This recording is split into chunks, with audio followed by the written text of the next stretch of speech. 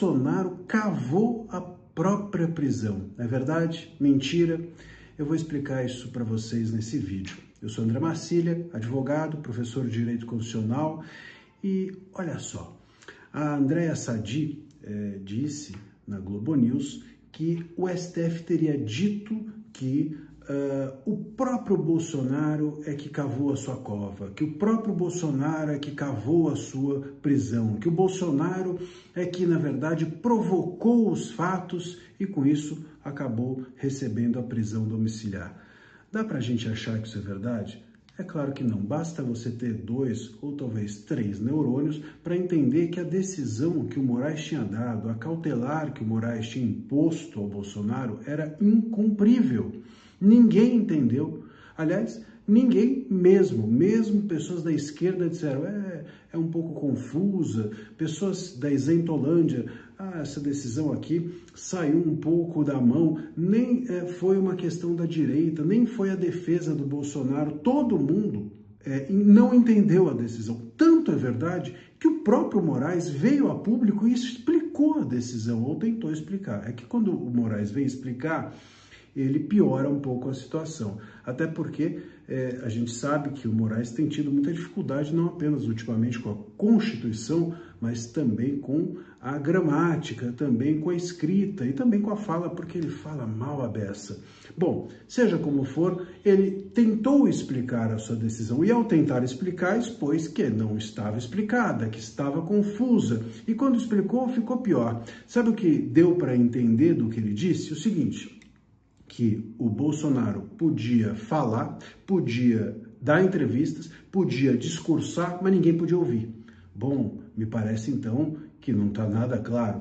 Ele podia dar discursos e pronunciamentos públicos, mas se terceiros, era isso que estava lá, se terceiros que o Moraes chamava de milícias digitais divulgassem esse conteúdo em redes sociais, isso tivesse a capacidade de instigar as pessoas a algo ilícito, então que o Bolsonaro seria punido. Veja, isso é a coisa mais confusa do universo. Primeiro, como é que o Bolsonaro vai saber o que é uma milícia digital ou não? Quem que vai usar o conteúdo dele? Imagina só, qual a capacidade minha de saber como que as pessoas vão usar esse vídeo que eu estou fazendo? Então eu tenho que sair atrás de todo mundo, quem que é você que vai usar o meu vídeo? Quem é você que curtiu? Quem é você que compartilhou? Qual a finalidade que você está compartilhando o meu vídeo? Tem como? Quer dizer, no fim, ou ele não fala, ou ele fala e corre risco. E ele assumiu o risco de correr. Se assumir o risco de falar, se assumir o risco de falar nesse país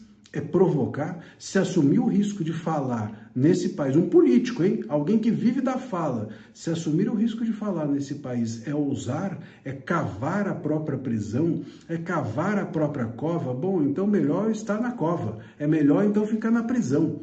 Aliás, essa é uma coisa que as pessoas às vezes me dizem, você não tem medo, com essas coisas que você fala, você não tem medo de ser preso? Eu digo, olha, se eu não puder falar coisas que estão na Constituição, que é a defesa que eu faço, então talvez seja melhor ficar na prisão. Então, se o Bolsonaro não pode falar, é melhor, e isso é provocar a sua prisão, então tá na prisão é o lugar certo, tá na rua que é o lugar errado.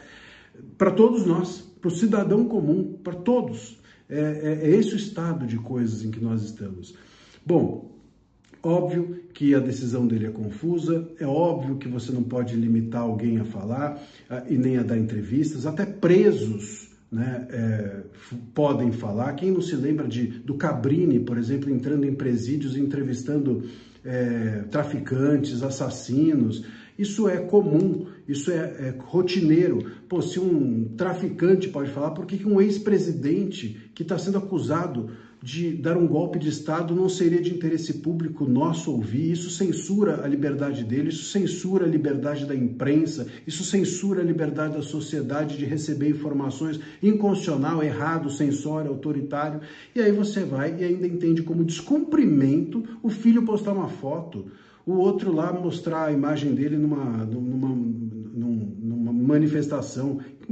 Qual era o ilícito ali? As manifestações eram ilícitas, então tem que prender a população inteira do Brasil que estava nas ruas. É o fim da picada.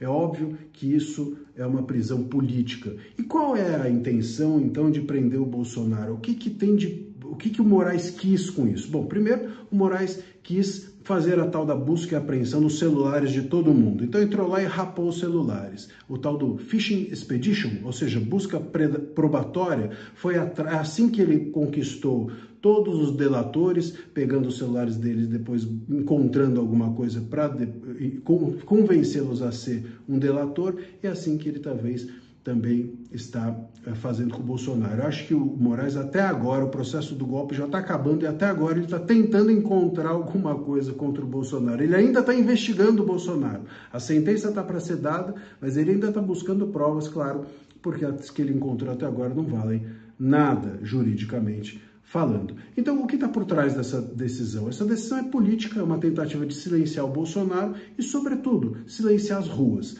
Pense que essa decisão foi dada pouquíssimos dias depois das manifestações do final de semana e pouquíssimas horas depois de sair a vaza-toga número 2. O Moraes, talvez com receio das ruas se avolumarem, da população se inflamar, deu essa decisão tentando jogar água fria, esfriar os ânimos, e fez do jeito que ele sabe fazer. Como é que o Moraes esfria os ânimos? Esquentando a cabeça de todo mundo. Como é que ele esfria os ânimos? Jogando mais álcool na fogueira.